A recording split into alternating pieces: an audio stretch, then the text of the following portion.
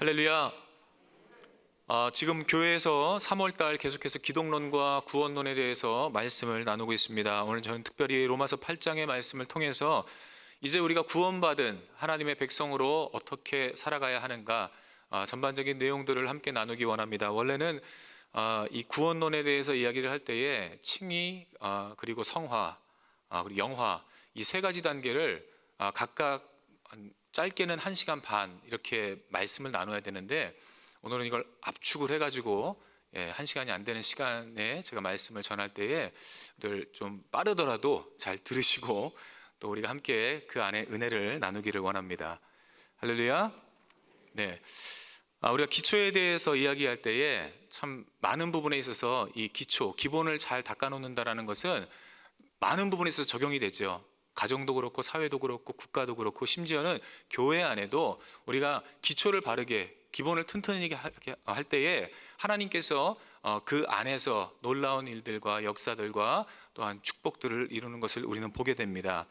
흔히 그래서 기초, 기본에 대한 중요성을 이야기할 때에 우리가 하나의 예화로서 이 모소대나무라는 이 나무의 예화를 씁니다. 이 모소대나무는 중국 동부에서 서식해서 자라나는 대나무인데, 이것을 한번 심었을 때에 4년 동안은 아무런 변화가, 이렇게 그림에 보는 것처럼 대순조차도 4년이 되도록 보이지 않습니다. 우리 사람들이 생각하기를 이 나무가 잘못됐나, 죽었나, 이런 생각을 해요. 그런데 5년이 되었을 때에는 하루에 15cm, 또 6주에는 많이 자라는 것들은 6주 동안에 무려 15cm, 15m가 자라나게 됩니다. 그런 것들을 보면서 우리가 느끼는 것은 무엇일까요? 그렇죠. 기초를 튼튼히 한다는 것의 중요성을 느낍니다. 모소대나무가 4년이라는 시간 동안 이 뿌리를 내리는 그 시간을 통해서 어떤 비바람이 불더라도 이 모소대나무가 튼튼하게 그 고난의 시간을 견딘다는 것을 우리는 봅니다. 저는 바라기는 우리 이천순복음교회가 그런 교회가 되기를 축복합니다. 우리 성도님들이 그러한 성도님들 되시기를 주의 이름으로 축원을 드립니다. 그렇습니다. 우리가 기독교의 가장 기본 또한 본질을 이야기할 때에 우리는 믿음에 대해서 이야기를 하는 것이죠. 그런데 아이러니하게도 오늘날 교회에 출석하는 사람들에게 이런 질문을 하게 될 때에 사람들이 흔쾌히 답변을 못합니다. 당신이 오늘 죽으면, 당신이 오늘 당장 죽는다라면 당신은 오늘 하나님 앞에 갈 수 있습니까? 여러분들은 만약에 이런 질문을 들을 때에 어떻게 대답하시겠습니까? 사랑하는 장로님, 권사님, 집사님, 여러분들께서 오늘 이 시간이 마지막이고 내가 하나님 나라에 하나님 앞에 선다라면은 과연 우리는 천국에 갈 수 있을까요? 할렐루야. 아멘 하시기 바랍니다. 그런데 많은 사람들이요, 이 부분에 대해서 주저한다라는 것이죠. 이 말은 무엇입니까? 구원에 대한 확신을 가지고 있지 못한다라는 하나의 반증인 것이죠. 그러나 성경은 우리가 구원받은 것에 대한 확신, 구원받은 것에 대한 증거를 우리에게 말씀해주고 있습니다. 우리 로마서 10장 10절에 보면은 사람이 마음으로 믿어 의에 이르고 입으로 시인하여 구원에 이르느니라 말씀하고 있어요. 우리는 예수 그리스도를 나의 구주로 영접한 줄 믿습니다. 입으로 예수님을 나의 주로 시인한 줄을 믿습니다. 아멘. 10장 13절에서도 누구든지 주의 이름을 부르는 자는 구원을 받으리라. 오늘 분명히 성경은 우리 구원의 근거에 대해 이야기를 합니다. 오직 믿음으로 하나님이 우리에게 주신 것이 바로 구원의 선물이라는 것이죠. 자, 그렇다면 이 구원의 근거는 어디에서, 과연 누구를 믿어야 되느냐? 오늘 로마서 3장 21절에서는 이렇게 말씀을 합니다. 이제는 율법 외에 하나님의 한 의가 나타났으니 율법과 선지자들에게 증거를 받은 것이라. 오늘 하나님께서 율법을 인간들에게 주셨습니다. 구약 성경을 통하여서 이스라엘 백성들에게 율법을 주셨습니다. 그런데 그 율법을 주셨지만 그 율법을 지킬 수 있는 사람은 단 한 사람도 없다라는 거예요. 율법의 모든 조항을 지킬 수 있는 사람은 한 사람도 없습니다. 율법은 이야기합니다. 한 가지를 어기면 다른 10가지를 지켰다 할지라도 그 사람은 율법을 범하는 자가 된다. 그럼 율법의 기준으로는 그 사람은 구원을 받지 못하는 거예요. 우리의 이러한 연약함, 이러한 한계성을 하나님께서 불쌍히 여기시고 우리에게 하나님께서 한 의를 주셨다라고 말씀을 하죠.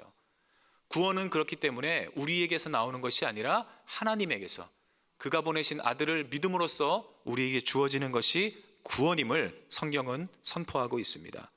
사랑하는 여러분들, 하나님의 의로 새로워진 우리는 이제는 새로운 삶을 살아야 하는데, 오늘 로마서 8장 30절 우리가 읽은 말씀에서 하나님이 이제는 구원받은 우리를 향하여서 이렇게 초청을 하고 계시죠. 우리 같이 한번 읽어보겠습니다. 시작. 부르신 그들을 또한 의롭다 하시고 의롭다 하신 그들을 또한 영화롭게 하셨느니라. 아멘. 비록 짧은 한 절의 말씀이지만 이 안에 기독교의 아주 중요한 교리들이 다 들어있다라는 거예요. 바로 칭의와 성화와 영화, 이 세 가지가 들어있습니다. 부르셨다라는 것은 우리를 하나님의 백성으로 부르셨다라는 거예요. 그것을 칭의입니다. 우리에게 주셨다라는 것이죠. 그리고 성화라는 것은 바로 우리가 구원받은 우리가 이제 예수 그리스도 안에서 거룩하게 예수님의 형상을 이루며 하나님의 자녀로서 거듭나 변화되어지는 과정을 이야기를 하고 있습니다. 그리고 마지막에 이렇게 이야기를 하지요. 영화롭게 하셨느니라. 할렐루야. 바로 우리가 영원한 하나님의 나라를 이제는 들어갈 수 있는 우리의 인생의 마지막 완료를 이야기를 하고 있습니다. 그래서 구원받은 하나님께 부름받은 우리는 이제 구원의 감격을 가지고 이제 구원받은 자로서 날마다 예수를 닮아가며 이 땅 가운데 하나님이 기뻐하시는 일을 이루다가 주님이 이 땅에 오실 때에 우리는 기쁨으로 주님을 맞이하여 하나님의 영원한 나라에 들어가는 자녀들임을 성경은 말씀을 하고 있습니다. 사랑하는 여러분, 바로 믿음으로 우리는 의롭게 되었습니다. 아담과 하와가 선악과를 먹음으로써 하나님께 불순종함으로 인간은 죄의 후손이 되었고 죄로 말미암아 우리는 모두가 다 죄의 노예가 되었다라고 말씀을 합니다. 죄는 숨긴다고 숨겨지는 것도, 그리고 시간이 지난다고 해서 없어지는 것도 아닙니다. 사회에서도 죄를 짓게 되면은 시간이 지난다고 해서 이것이 없어지는 것은 아니에요. 자, 그렇다면은 이 죄를 해결하기 위해서는 어떻게 해야 됩니까? 그에 합당한 대가를 지불해야 된다. 오늘 성경은 바로 인간이 지불해야 할 그 죄의 대가, 그런데 인간은 그 대가를 지불할 수가 없어요. 그래서 하나님께서 친히 그 대가를 지불하시기 위해서 바로 하나님 자신이 인간의 모습으로 이 땅 가운데에 오셔서 십자가의 죽으심으로 우리를 속량하셨다라고 말씀을 합니다. 이 속량이라는 말의 의미는 여러 가지가 있는데 가장 첫 번째인 것은 뭐냐면은 바로 대가를 지불했다라는 거예요. 값을 지불했다라는 것이죠. 노예가 자유하기 위해서는 그 주인이 가지고 있는 노예 증서를 없애야 되고 그에 합당한 금액을 지불해야만 노예가 자유인이 됩니다. 그런데 노예가 스스로 그 대가를 지불할 수 있을까요? 없어요. 우리는 죄인이기 때문에 우리 스스로가 우리의 죄의 대가를 지불할 수가 없습니다. 때문에 죄 없으신 하나님께서 인간의 모습으로 이 땅에 오셔서 십자가에 못 박히심으로 내가 져야 할 십자가, 내가 당해야 할 저주, 내가 당해야 할 죽음을 예수님께서 친히 감당하심으로 그 은혜로 말미암아 우리가 하나님의 자녀가 되었음을 성경은 선포하고 있는 것입니다. 사랑하는 여러분, 이것은 아주 기본적이고 우리가 교회의 초신자 생활을 할 때에 다 배웠던 것입니다. 그러나 아까 제가 서론에서 말씀드리지 않았습니까? 오늘 성도들에게, 교인들에게 당신은 오늘 죽으면 천국 갈 수 있습니까? 라는 질문을 하게 될 때에 상당수의 많은 사람들이 흔쾌히 그 대답에 말을 할 수가 없다는 거예요. 사랑하는 여러분들, 우리는 죄에 대해서 우리가 죄의 노예라는 이 말을 들을 때에 상당한 거부감을 느낍니다. 우리는 오늘 이 주일 아침에 와서 하나님의 말씀을 들을 때 죄에 대한 회개보다는 회복과 축복과 부흥과 은혜를 우리는 원해요. 그러나 사랑하는 성도 여러분들 기억하시기 바랍니다. 기초를 튼튼히 한다는 것은 참 중요하죠. 그리고 하나님의 관점에서의 복과 우리 인간의 관점에서의 복과는 차이가 있습니다. 우리 인간이 생각하는 것은 이 땅에서 잘 되고 형통하고 우리가 많은 것들을 쌓는 게 복이에요. 아프지 않고 장수하는 것도 하나의 복이라고 합니다. 그러나 성경이 말하는 근본적인 복, 하나님의 관점에서 우리가 먼저 누려야 할 복은 그런 복이 아니라는 것이죠. 우리 로마서 4장 7절에서 8절의 말씀을 같이 한번 읽겠습니다. 불법의 사함을 받고 죄가 가리워짐을 받은 사람은 복이 있고 주께서 그 죄를 인정하지 아니하실 사람은 복이 있도다 함과 같으니라. 아멘. 하나님의 관점에서의 복은 무엇일까요? 우리와 하나님과의 관계가 바르게 해결되는 거예요. 우리가 하나님의 자녀가 되는 것입니다. 우리의 모든 죄와 허물이 예수 그리스도의 그 십자가 보혈의 은혜로 말미암아, 우리의 믿음으로 말미암아 우리가 깨끗하게 되는 거예요. 하나님과의 막힌담이 사라지는 것이 복입니다. 하나님과 동행하는 것이 복입니다.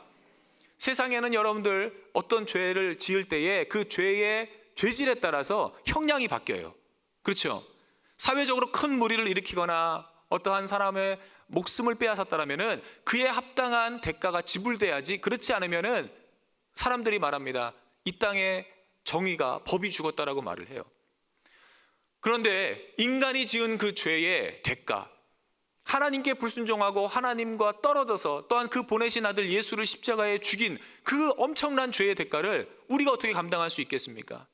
그렇기 때문에 우리가 의지할 것, 우리의 구원의 능력이 되고 근거가 되는 것은 무엇입니까? 그 보내신 아들, 하나님이 우리에게 허락해 주신 그 의, 예수 그리스도를 우리 마음의 구주로 인정하고 시인할 때에 우리가 하나님의 백성이 되는 줄로 믿습니다. 성경은요, 분명히 우리에게 말씀을 합니다. 이 땅에 의인은 없다. 로마서 3장 10절에서 12절에서 말씀을 하고 있죠. 의인은 하나도 없다. 깨닫는 사람도 없고 하나님을 찾는 사람도 없고 다 치우쳐서 그들이 다 악을 행하고 하나님을 떠났다라고 말씀을 하고 있어요.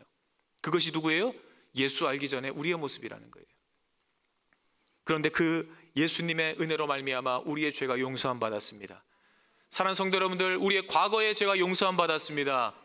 우리의 현재의 죄가 용서함 받았고, 앞으로 우리가 살면서 연약하여 범죄하게 될 때도 그 범죄하는 모든 미래의 죄도 예수 그리스도의 단 한 번의 죽으심으로 모두 용서함을 받은 줄로 믿으시기 바랍니다.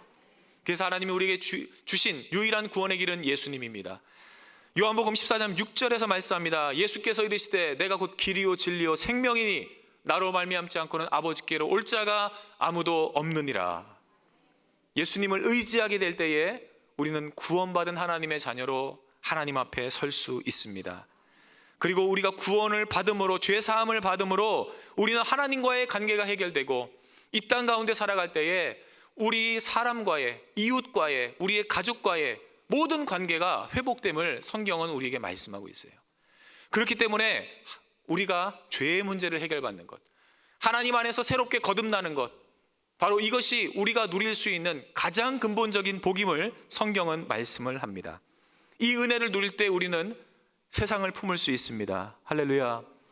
우리가 사랑하지 못하고 우리에게 상처를 준 사람들을 용서하고 품을 수가 있습니다. 산돌 손양원 목사님이라는 분이 계십니다. 여러분, 사랑의 원자탄이라는 책으로 아주 유명하신 분이죠. 그런데 이 손양원 목사님께서 1948년에 여순 반란 사건 때에 손양원 목사님의 두 아들 동인, 동신, 이 두 형제가요 반란군에게 죽임을 당합니다. 나중에 자신의 아들들을 죽인 이 안재선이라는 이 반란군을요 그가 용서해줘요. 그들이 잡혀가지고 이제는 죽을 수밖에 없는데 손양원 목사님이 그 안재선, 자기 아들을 죽인 자를 용서합니다. 그리고 그 사람을 자신의 양자로 받아들입니다. 이것이 어떻게 가능할까요, 여러분들? 모든 것이 이해가 됐기 때문에 손양원 목사님이 그를 받아들일 수 있었을까요? 아니요. 그의 회고록을 보면은 이런 내용이 있어요. 나는 오늘 아침도 내 사랑하는 아들들을 죽인 이 안재선이라는 이 청년을 내 앞에 두고 아침을 먹고 있다. 그런데 내가 밥을 먹고 있는 것인지 돌을 씹고 있는 것인지 모르겠다. 얼마나 여러분 그 아버지의 아픔이 느껴집니까? 그러한 인간의 생각으로는 용서할 수 없어요. 하지만 손양원 목사님은 예수 그리스도의 말할 수 없는 은혜와 사랑을 힘입었기 때문에 그 은혜를 알고 있고 느끼며 살고 있기 때문에 오늘 그를 용서하고 양자로 받아들이는 놀라운 역사가 일어납니다. 여러분, 오늘날 우리는 용서가 없는 시대를 살아가요. 오늘날 우리는 자비가 없는 시대를 살아갑니다. 그리고 교회 안에서도 우리는 그러한 모습들을 가지고 살아갈 때가 너무나 많이 있죠. 나에게 상처를 주고 나를 힘들게 하고 내 기분을 알아주지 못하는 사람들에게 우리는 쉽게 반응하고 화를 내고 마음의 저주와 시기를 담고 살아갑니다. 그러나 사랑하는 성도 여러분, 우리가 예수 그리스도의 은혜를 힘입어 하나님의 자녀가 되었다는 이 놀라운 사실 앞에 우리는 겸손히 엎드려야 할 줄로 믿습니다. 예수를 만난 사람들은요, 용서해야 돼요. 예수를 만난 사람들은요, 삶에서 변화를 일으켜야 됩니다. 혹시 오늘 이 가운데에 아직 내가 용서하지 못하고 사랑하지 못하고 품어주지 못한 그러한 내 삶의 부분들이 있어서 마음의 괴로움을 가지고 있는 성도님들이 계시다라면은 오늘 예수 그리스도의 그 피 묻은 십자가를 우리가 바라보시기를 바랍니다. 우리가 예수님을 만나게 될 때요, 우리는 세상을 품을 수 있어요. 사랑할 수 있는 것입니다. 바로 그것이 하나님의 부르심을 받은 성도의 모습임을 성경은 우리에게 말씀하고 있는 것이죠. 처음부터 우리의 구원의 조건은 단 한 가지입니다. 예수님의 보혈. 그래서 하나님이 우리를 구원하셨다라는 것을 성경은 보장하셨다, 보증하셨다라고 말씀합니다. 성령에 인쳐 주셨다라는 말씀을 하고 있어요. 이 성령에 인쳤다라는 이 말을 헬라어로 스프라기사 메노스라고 하는데, 이 말은 봉인된 편지가 위조되지 않도록 보호한다라는 의미가 있어요. 우리가 외국의 드라마들을, 옛날 중세시대 때 드라마들을 보면은 왕이나 이제 성주들이 글을 써서 봉투에 넣고 그것을 닫을 때에, 임봉을 할 때에 촌농을 떨어뜨리고 거기에 인장 반지를 찍지요. 그렇다면 그것은 그 편지를 받아야 될 사람이 받을 때까지 그것은 아무도 열어볼 수가 없어요. 만약에 열었다가는 그 인장이 뜯어진 흔적이 나오기 때문에. 오늘 이 말씀은 무엇입니까? 우리가 구원받은 것에 대해서 성령께서 그렇게 보증을 하신다라는 거예요. 세상에 그 어떤 것도 이단이 온다 할지라도, 내가 내 마음이 연약하고 내 상황이 바뀌고 내 믿음이 흔들리는 상황이 온다 할지라도 하나님께서 예수 그리스도를 통해서 우리에게 허락하신 구원은요, 절대로 취소되거나 바뀌지 않는다라는 것을 여러분 기억하시기를 주의 이름으로 축원을 드립니다. 누가 여러분에게 온다 할지라도 내가 구원받은 것에 대한 이 확신을 그리스도 예수 안에서 갖고 나가시기를 주님의 이름으로 축복합니다. 가톨릭은 여러분, 우리와 이 구원에 대한 가르침이 달라요. 그들도 말합니다. 믿음으로 구원받는다. 그런데 그들이 말하는 것은 여러 가지의 조건이 붙습니다. 성례 의식에 참여해야, 또한 가톨릭에서 이야기하는 이러한 교리들을 너희가 잘 따라가야 구원받는다. 그래서 여러 가지의 이 성례 의식들이 있어요. 이것을 너희가 지켜야만 너희는 구원받는다. 그리고 너희가 이 가톨릭 교회의 권위에 순종하고 너희가 굴복하고 나갈 때에 너희의 구원이 취소되지가 않는다라고 그들은 이야기를 합니다. 그래서 중세시대 때에 이 로마 교회와 교황청에서 교황이 군주들을 이것을 가지고 압박을 했다라는 거예요. 너희가 교회에서 출교를 당하거나 너희가 성례식에 참여하지 못하면 너희는 죽어서 너희의 영혼이 음부에 떨어진다. 그러나 성경은 그렇게 말하지 않죠. 오직 구원은 하나님의 은혜로 믿는 자에게 주시는 하나님의 놀라우신 선물이요 은혜임을 우리에게 말씀을 합니다. 오늘 하루도 여러분들 구원받은 하나님의 백성으로 감사함으로 우리가 살아갈 수 있기를 주의 이름으로 축복합니다. 하늘의 소망을 갖고 살아가기를 예수님의 이름으로 축원을 드립니다. 그렇다면 우리가 이제 의롭게 되었어요. 우리를 의롭게 부르셨습니다. 구원받았습니다. 이제 그렇다면 우리는 어떻게 살아야 될까요? 성경은 우리에게 말씀을 하고 있습니다. 하나님의 영광을 위하여 살아야 한다. 하나님의 기쁜 뜻을 위하여 우리가 살아야 한다라고 말씀을 하고 있는 것이죠. 여러분, 성화라고 오늘 성경은 우리에게 그 내용을 말씀을 하는데, 성화는요 바로 하나님이 허락하신 구원의 은혜 속에서 우리가 현재를 믿음으로 살아가는 것입니다. 빌립보서 1장 6절의 말씀에서 너희 안에 착한 일을 시작하신 이가 그리스도 예수의 날까지 이루실 줄을 우리가 확신하노라. 착한 일을 시작하신 이가 누굽니까? 오늘 성경에서 읽은 30절의 말씀에 나오는 우리를 부르신 자예요. 하나님이 우리를 부르셨다라는 것은 이제 우리의 삶의 목적이 무엇을 위해 쓰여져야 됩니까? 선한 일을 위해서 우리의 삶이 하나님께 드려져야 된다. 그리고 그 삶의 길로 나아가는 사람의 성도의 인생의 여정을 성화의 여정이다라고 말씀을 하고 있어요. 여러분, 구원은 우리가 죄의 문제를 해결받고 예수를 믿음으로 이제 모두 다 완성된 과거 완료형입니다. 하지만 동시에 이 시대를 살아가는 모든 크리스찬들, 저와 여러분이 믿음으로 살아가며 함께 지금도 예수의 형상을 우리의 삶 가운데 이루어야 할 현재 진행형의 삶을 우리는 살아가고 있습니다. 언제까지 이 삶을 살아야 됩니까? 바로 예수님이 이 땅에 오실 때까지, 예수님이 이 땅에 오실 때까지 그 선한 일, 착한 일을 시작하신 이가 그리스도 예수의 날까지 이루실 것을 우리는 확신하며 우리의 삶을 통하여 하나님의 기쁘신 뜻을 이루어가는 성도의 삶, 또한 우리 교회가 되기를 주님의 이름으로 축원을 드립니다. 헨리 나우에는 그런 말을 했습니다. 만약 우리가 하는 일상의 여러 가지의 삶이 하나님의 영광을 위한 삶이 아니라면 우리는 당장 우리의 삶의 행동을 멈추고 돌아봐야 한다. 의미가 있는 말이죠. 우리에게 울림을 주는 말입니다. 여러분, 우리는 성도로서 어떻게 살아가고 있습니까? 빌립보서 2장 12절에서 항상 복종하여 두렵고 떨림으로 너희의 구원을 이루라. 오늘 이루라라는 이 말씀에는 여러 가지 의미가 있습니다. 만들어가라, 이것을 훈련하라, 또한 이것을 캐내라, 여러 가지의 뜻이 있어요.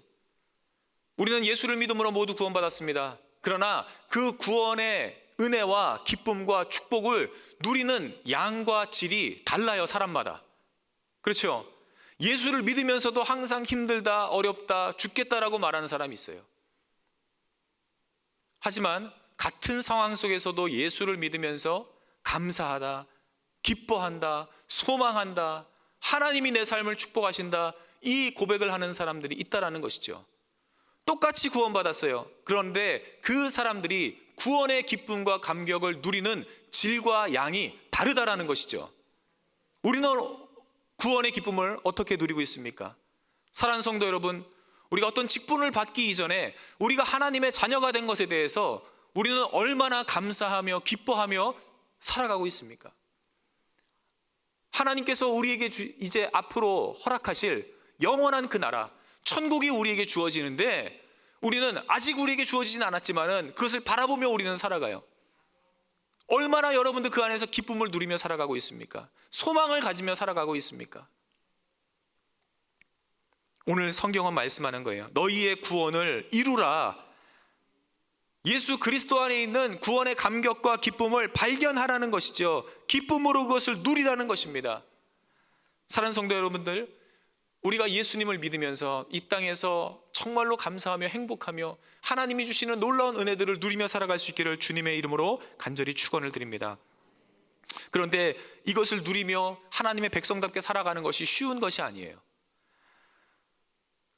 성경의 사도 바울도 바로 이러한 어려움, 내가 정말로 하나님의 말씀대로 살기 원하고 기쁨을 누리며 살기 원하지만은 항상 나는 쓰러지고 항상 나는 이 두 가지 사이에서 갈등하는 연약한 자임을 말씀을 합니다. 로마서 7장 19절에서 21절에 보니까 이렇게 말씀을 하죠. 내가 원하는 바 선은 행하지 아니하고 도리어 원하지 아니하는 바 악을 행하는도다. 모순된 말이죠. 내가 원하는 것은 선이에요.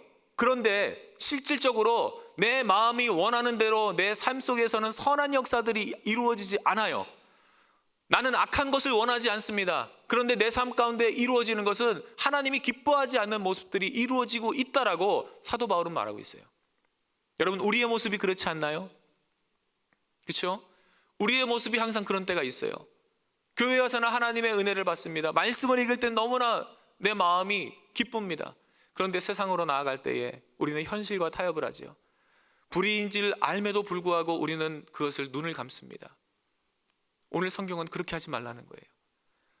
이 싸움을 너희 힘으로 이길 수 없다라고 분명히 말씀을 합니다. 그러면 어떤 힘으로, 어떤 능력으로 우리가 이 믿음의 선한 싸움을 승리할 수 있을까요? 히브리서에서는 오늘 이렇게 말씀을 합니다. 4장 16절에서 그러므로 우리는 긍휼하심을 받고 때를 따라 돕는 은혜를 얻기 위하여 은혜의 보좌 앞으로 담대히 나아갈 것이라. 우리 힘으로 이길 수 없어요. 아까 손양원 목사님처럼 그분의 사랑이 크기 때문에, 그분이 목사님이기 때문에 그를 용서한 게 아니죠. 예수의 사랑, 예수의 보혈의 능력, 그분의 은혜를 입어서 그를 받아준 거예요. 우리가 예수의 사랑으로 이 땅에 하나님의 뜻을 이루며 대한민국과 이 나라 민족을 정말로 하나님이 기뻐하시는 나라와 민족으로 변화시키길 원한다면 우리는 나 자신이 먼저 변화될 줄 믿습니다. 성경의 말씀처럼 우리가 과거의 옛사람의 옷을 벗어버리고 새 사람의 옷을 입어야 할 줄로 믿습니다. 이것은 내 능력으로 되는 것이 아니에요.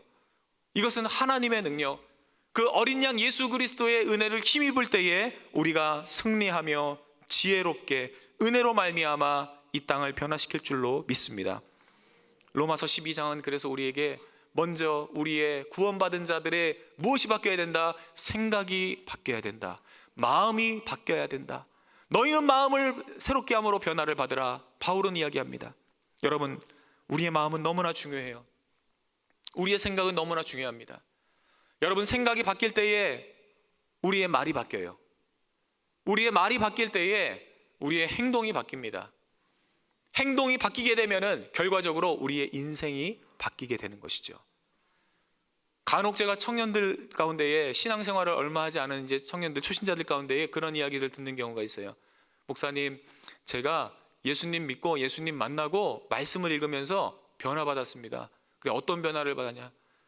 옛날에는 내가 어떤 일을 할 때에 이것이 실패하면은 견딜 수가 없었고 너무나 마음에 큰 고통이 있고 슬픔이 있었는데 예수님을 알고 믿고 하나님의 자녀가 된 후로부터는 그것이 더 이상 나를 힘들게 하지 않습니다.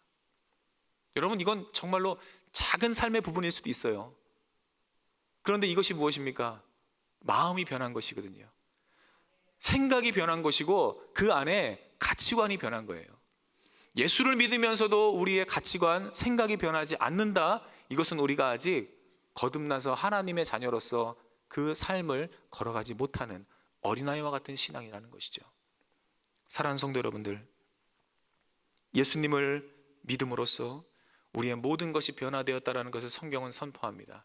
이 믿음을 가지고 우리 사랑하는 성도 여러분들의 삶 속에서 이제는 우리의 생각을, 우리의 말을, 우리의 행동을 변화시킬 수 있는 성화의 가정을 걸어가는 저와 여러분이 되시기를 주님의 이름으로 간절히 축원을 드립니다. 그렇게 될 때에 우리의 인생이 바뀔 줄을 믿습니다. 기독교 고전 가운데에 1897년에 찰스 쉘던이라는 분이 쓴 예수님이라면 어떻게 하실까라는 책이 있습니다. 저는 처음에 예수님을 믿은 게 제가 고등학교 2학년 때예요. 고등학교 2학년 때 예수님을 믿고 성령님 만나고 그리고 고등학교 3학년에 올라갔을 때에 제가 이 책을 우연히 알게 돼서 읽었습니다. 설교를 준비하면서 내 인생이 언제부터 바뀌었을까? 원래 내 삶의 가치관이 언제부터 바뀌었을까? 나는 원래 목사가 아니라 나는 원래 미술 쪽으로 나가서 나는 화가가 되고 싶었는데 그걸 위해 내가 10년 동안 준비를 했는데 내 인생이 언제부터 바뀌었을까? 곰곰이 생각을 해봤어요. 첫 번째가 주님을 만난 그때, 성령님을 만난 그때, 그리고 성경을 읽고 제가 우연히 이 책을 읽었을 때에 저의 삶의 가치관, 이 구조 체계가 완전히 바뀐 거였어요. 여러분 한번 생각해 보십시오. 여러분이 교회 안에서 성도들을 대할 때에 때때로 그런 사람들에게 상처를 받거나 마음의 서운함을 느낄 때 예수님이라면 이렇게 어떻게 하실까? 우리가 세상에 나아가서 여러 사람들을 만나고 사회생활을 하고 직장과 사업장에서 열심히 일을 하고 우리의 자녀들과 함께 생활을 할 때에 항상 좋은 일만은 있지 않잖아요. 어려움들도 있잖아요. 그럴 때 우리가 마음을 갖고 또한 결단을 내릴 때에 먼저 한번 생각해 보십시오. 예수님이라면 어떻게 하실까? 예수님이라면 어떻게 하실까? 오늘 이것이 우리의 삶을 지배할 때에 우리의 인생이 바뀌는 것입니다. 우리의 가치관이 바뀔 때에 우리의 목적이 바뀌어요. 삶의 결이 바뀌는 것입니다.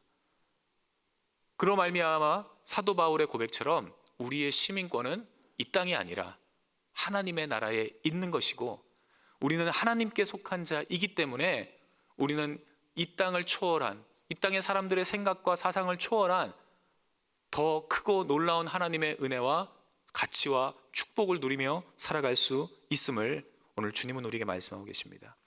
사랑하는 여러분, 성도는요 나쁜 일을 안 하려고 노력하는 사람이 아니에요. 성도는 하나님이 기뻐하시는 일을 적극적으로 찾아서 행하는 자임을 믿으시기 바랍니다. 사랑하는 성도 여러분들, 그렇기 때문에 우리는 이 은혜를 힘입기 위해서 매일 하나님과 교제해야 됩니다. 매일 하나님 앞에 우리를 드러내야 돼요. 우리를 은혜에 노출시켜야 돼요.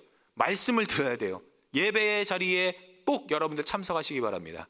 그리고 우리가 목적이 이끄는 삶, 이 20일, 어떻게 보면 여러분들 이 20일이 힘들 수도 있어요.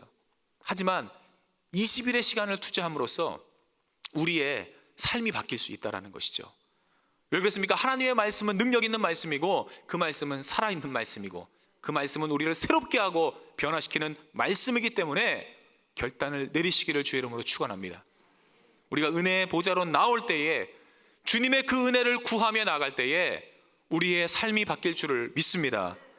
그러므로 인해서 결론적으로 우리의 삶이 이제 하나님의 영광, 하나님의 이름을 높이는 삶으로 우리의 삶이 바뀐다라는 것이죠. 지금도 예수님께서는 우리에게 말씀합니다. 내가 너희를 위하여 처소를 예비하여 가노라.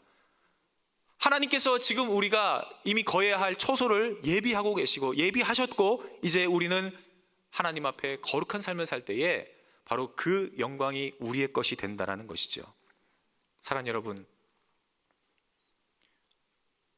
교회와 성도들이 주님의 뜻을 이루어가는 하나님의 거룩한 처소와 백성들이 되기를 축복합니다.